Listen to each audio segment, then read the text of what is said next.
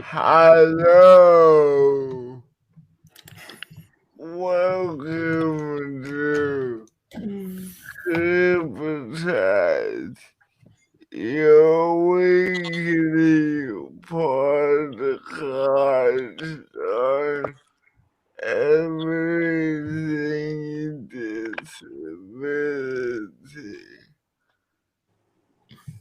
With us this evening, as every week, is Ibby, Tim, and David. So, how has our week been? Yeah, I've been good. I've been good. Yourself, Jonathan? I hope all is well. How about you guys? How are you going, Tim? Yeah, I'm all right. Studying, knocking assignments out, the usual. How are you guys Right. been? Oh, well, I'm doing all right. Going to the gym, trying to keep myself active, trying to stay safe. Oh, yeah. Everyone's getting around. Aren't we all? Aren't we Yeah. all? No, it's good stuff. Good stuff. So, Timothy, what are we going to be talking about today? Tonight we're going to be talking about the NDIS reforms that have been going on. So I think a good person to kick us off will probably be Jonathan, because you know a bit more about this than myself. I am. So, basically, this week, the government announced a range of reforms they want to introduce to the NDIS. Most of them are okay, but one in particular is a bit controversial in the disability community. It's called independent assessment. I guess the best way to describe it is for people on the disability support person, how the regular medical assessment basically the government wants to do replicate that for the NDIS. Cool. Just before we do move on, just to keep David up to tabs. So, David, an article has been shared which talks about the NDIS. The key points: the new reforms follow an independent review of the NDIS last year.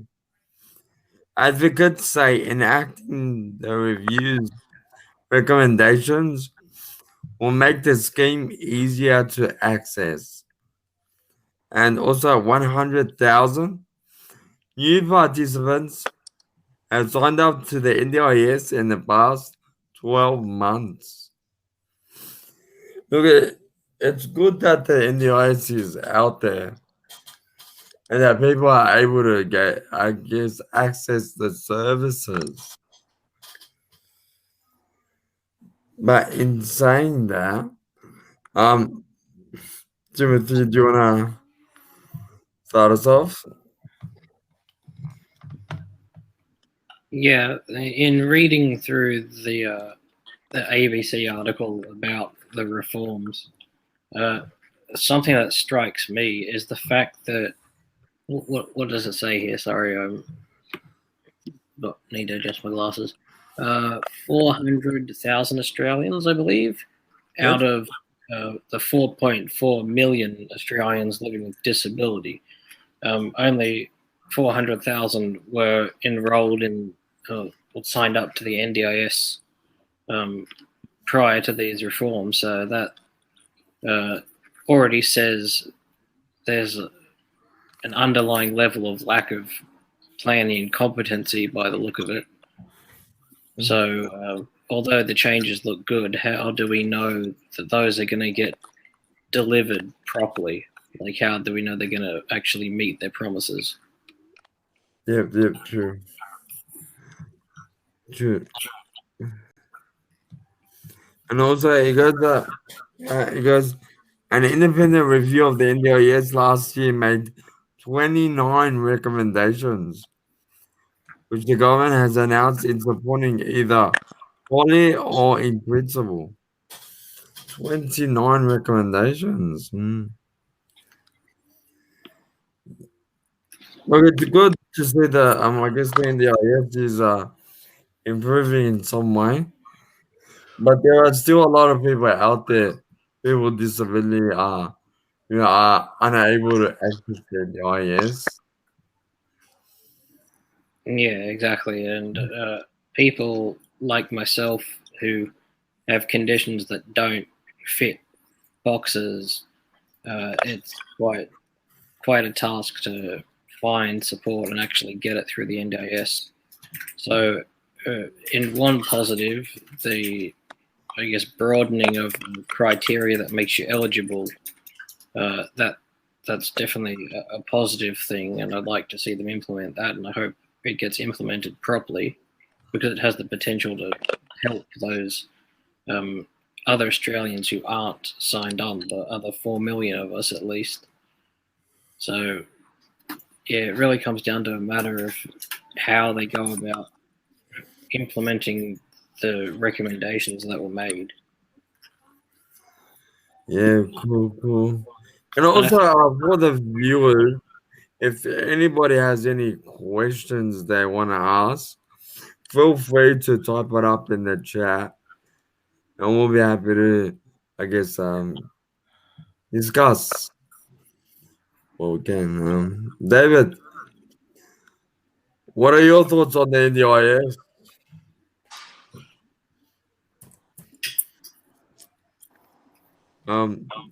David, are you still with us? Looks like he's dozed off. No, it's all good. We'll come back to David once he wakes up. Yeah, sorry about that, guys. Someone's had a long day. No. So, Jonathan, yeah, tell us. No.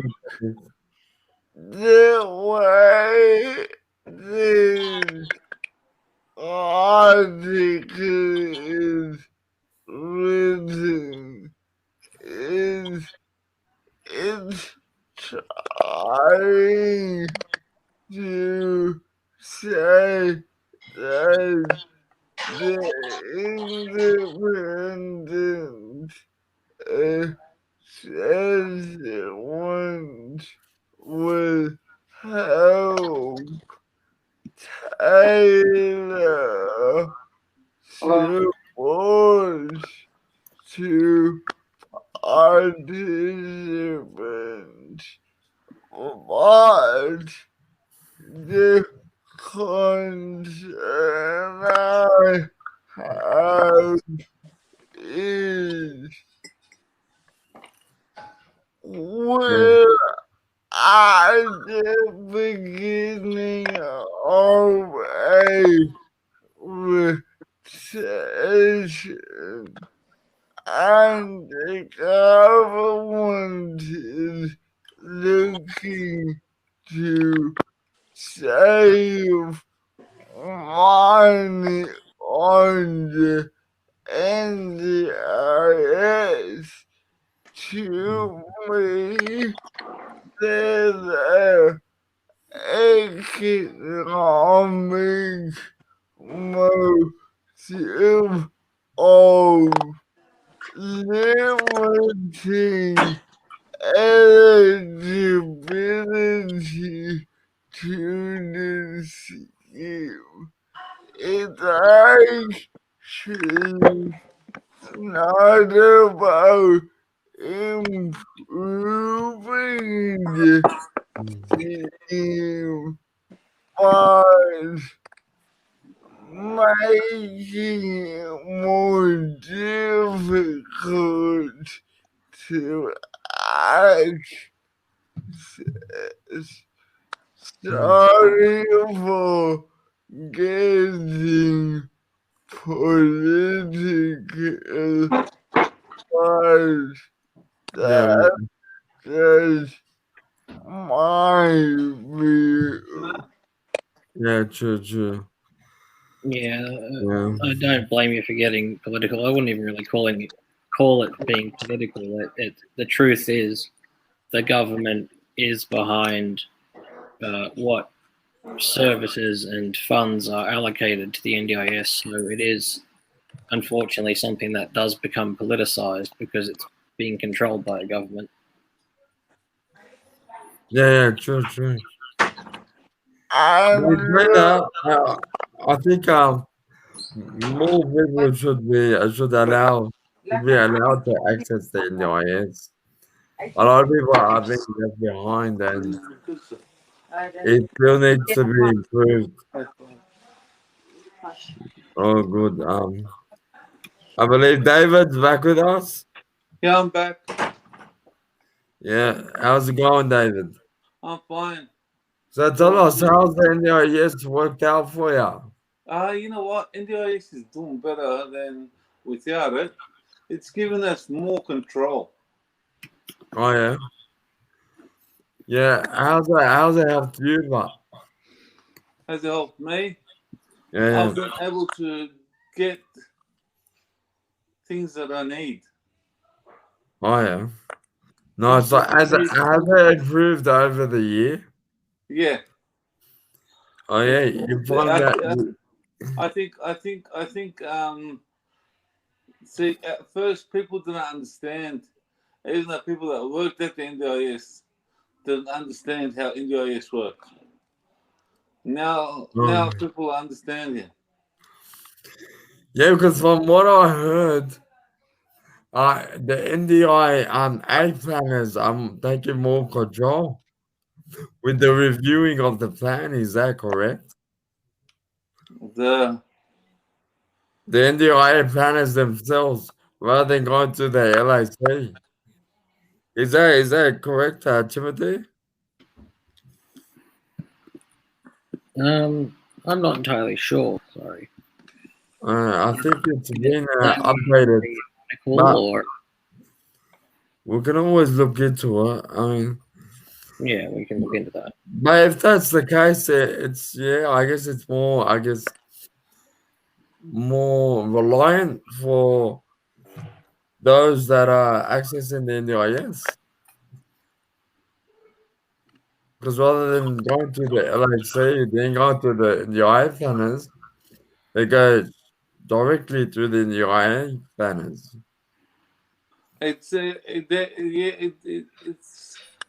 it's better than being pushed around too many times. Oh yeah. You Yeah, can true. you can And go there's always straight to the people that make the decisions. oh yeah. Mm-hmm. Yeah. No, it's good. It's good.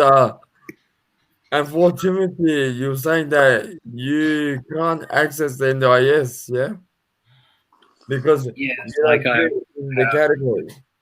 yeah, because I don't fit the box. I've tried to apply in the past and I've been turned down because I don't have a condition that fits the box. So if they are genuinely broadening the scope of conditions that they accept, then it has the potential to help a lot more people.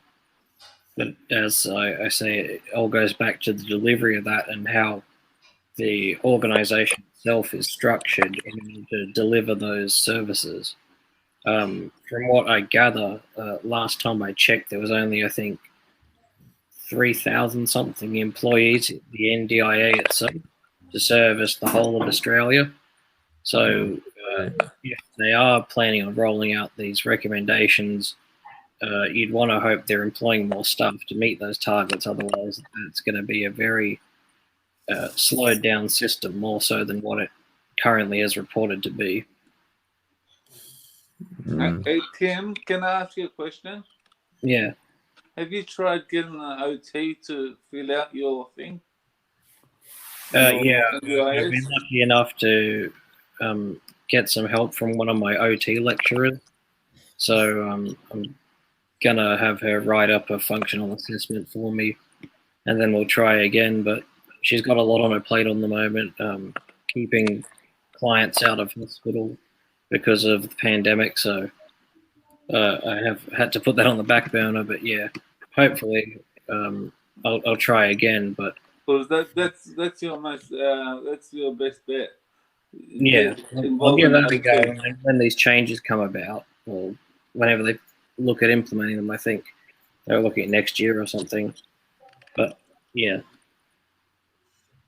Yeah, I but will.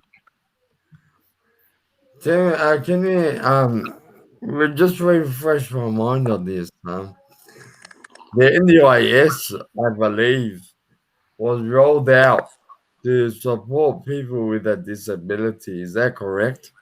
Yes. And then you fall into that category as a person with a disability. Yeah, exactly, and that's I've, So, where I I've think got I've these got a friend. recommendations. She's got a disability and she can get the disability pension, but she can't get the NDIS. see, this is the part that confuses me because why is there such a process when they made it clear to us that the NDIS is all about supporting people with a disability? And then further years down the track, we're still trying to get more people onto the NDIS, more people who have a disability, but is not being recognized, and therefore they can't have access to the NDIS. But the NDIS at the same time is there to support people with disability. It doesn't make sense. It makes no sense. Yeah, exactly, and that's where I it ties back to being a political thing because the government obviously wants to save money, and if they have a limited amount of people using a service, that means it's less money they have to pay. That's why I think there's been such little encouragement or opportunity for people to have access to it because they're purposefully trying to set that money aside for other things. there's I think when this all unfolded, the pandemic that is, it was revealed there was like $60 billion left unspent somewhere in the budget that could have been distributed to the Australian economy so much better, and not just the economy in general, but disability sectors. But they chose to hold on to that, so that says a lot about why we are in this situation. why the not to get too technical? What was the whole idea of increasing the Medicare led me to find NDIS to prevent a situation like we're in now. It appears to me that the liberals squandered that money chasing a surplus instead of adequately resourcing our scheme. I've got a question. What Yeah. categories can you fit in? So I think that's just to you, Timothy. Off the top of my head, there's like the main conditions are like musculoskeletal ones. So, for instance, if you've got like limb deficiencies, like muscle wasting disorders, there's like neurological conditions, so like cerebral palsy, stroke, any sort of like condition affecting like the nervous system. They're like very medical sort of things, like you have to fit pretty much. Isn't there a way of having them get to change the labels of and add a broader one? Yeah, I think that's what they were looking at doing, like assessing people on a case by case basis, which is how it should have been done originally. But yeah, understanding that there are conditions out there.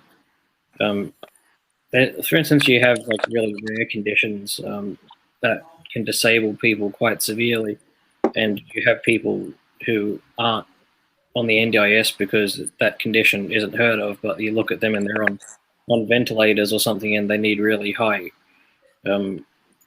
needs equipment, and they don't have access to it because they don't have a condition that fits a box. It doesn't make sense. Yeah, we just got a comment from I think Natasha. they should put a section where it's got other, and you can enter in what your disability is, and it can be assessed separately. Yeah, that might be what they're doing. Well, if I learn how to do it in my course, we'll be sure to let everyone know. Me being studying IT and in computer programming, and I think that would work because everything's gone digital and all on computers. Yeah. Yeah, Let's start. hopefully. No, just before we continue, we got a comment from Natasha.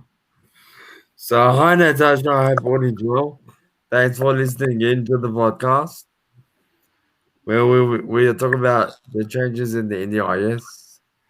Yeah, so if you have any questions about the NDIS or any comments, good or bad, I'm more than happy to discuss them. Whoever wants to comment. Yeah, feel free to share. So, yeah, David, you were saying that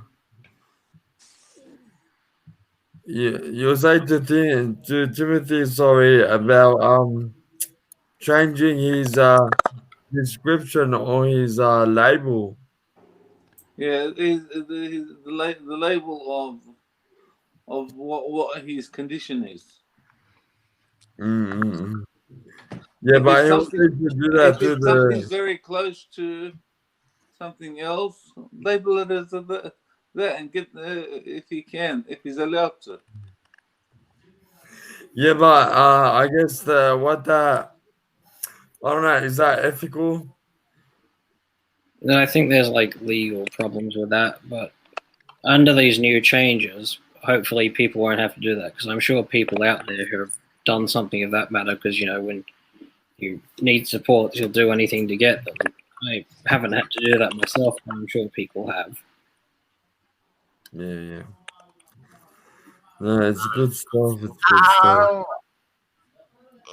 I'm the only one who's cynical about the timing of announcing these reforms just before we enter recession. I mean, if this wasn't about funding, surely they would have announced these changes sooner. To me, it's just too much of a coincidence that one day they're announcing, oh no, we've entered recession, and then the next day they announce the quote unquote reforms.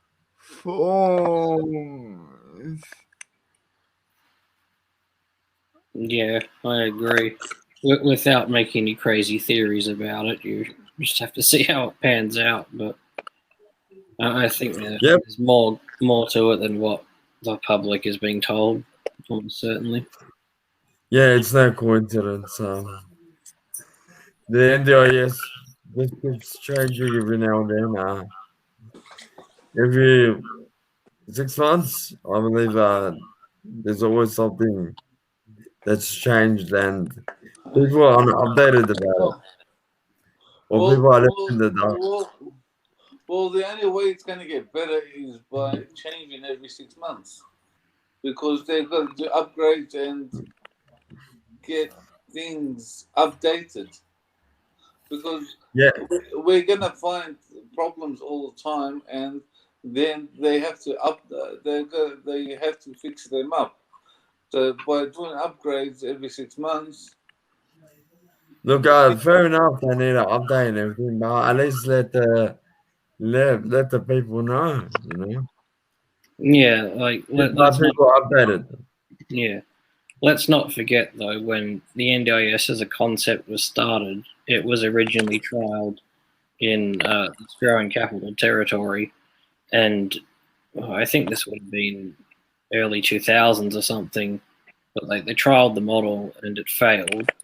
And I'm surprised, well, not really, because it's the Australian government, but that they took the failed program and just implemented it as is without having really made any changes to make sure it could cater to a whole entire nation and it looks actually like do so looks like successfully. they went with trial and error. Yeah. Well, No, it's all good. I stand corrected. It wasn't like the NDIS. It was like a trial of the system, but like it was it was like an idea of what the format could be, and they didn't take anything positive from that and implement it. So it just goes to show how planned for people with disabilities are, especially by the government. Like the stuff in place to look after us, it's starting to exist, but it could be a lot better. Yep. There's always room for improvement. But it starts with the people, especially the ones that actually use the NDIS. Yeah, like I'm not bagging it. It definitely has the potential to change lives, and I've seen it myself be a benefit to many of my friends and family. But like, it's just the process of accessing it and staying on it and making sure you're getting the right quality supports. It's so difficult. Mm. What is me speaking from a personal perspective?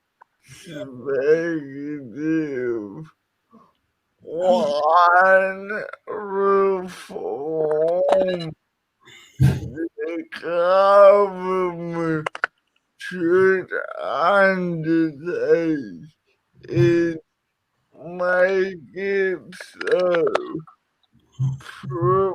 provided providing services under aged care and NDIS get paid at a similar rate because personally I'm in a situation now that the provider I had practically my whole life has decided to exit the NDIS because it's just not economically viable for them as a business to continue in Mm. both systems of NDIS my age. So to me, instead of the current government trying to introduce independent Mm. settlements, they are Mm. actually more pressing reforms they could implement, but that involves doing something the government never does and does listen to us, the participants. Yeah. Well, for good. Wait. I guess for the NDIS, we want to put the people with disability first, then focus on the economic. Well, that's what I believe. It's but at this day and age, the government, I guess, is saving costs and then putting the people second. Would you agree with me on that, Tim? Yeah, absolutely. And especially during the pandemic, it's only become more clear how the government views its vulnerable people in society, whether they're people with disabilities or people from low income backgrounds. It, Yeah. yeah, just any sort of stress really brings that to light. It's all good. Did you try calling me? Yeah, David, you're back. Yeah, did you try calling me? Yeah, sorry about that. My hand slipped. Yeah, no, it's all good. Oh, good. Are we live on air? No, we're still here. We're still here. Hmm? just one final point I want to make, and this is directly to Stu Roberts, the NDIS minister. If you want, I don't know if you will, but my point is society judges government on how they take care of the most vulnerable citizens of their nation. And to me, in the midst of a pandemic, this is the most illogical time to implement these reforms. Yeah. I know we're talking about changes more than a year away, but in this time of uncertainty, don't make the NDIS more difficult than it already is. So please reconsider. Yes. Put the people first, then the economics last. Yeah, exactly. And if you look after the people, well, the people will contribute back to the economy. You can't have an economy if all your citizens are dead, basically. Uh, Yep. It's That's what good, my good point, Tim. yeah, that's a very good one. All right, well, leave it on that dark point. Shall we wrap up?